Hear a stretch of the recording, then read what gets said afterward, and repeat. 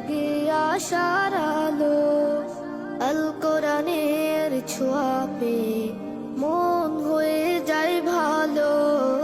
কোরআন পড়ে হৃদয় জুড়ে জাগে আশার আলো। আল কোরআনের ছোঁয়া পেয়ে মন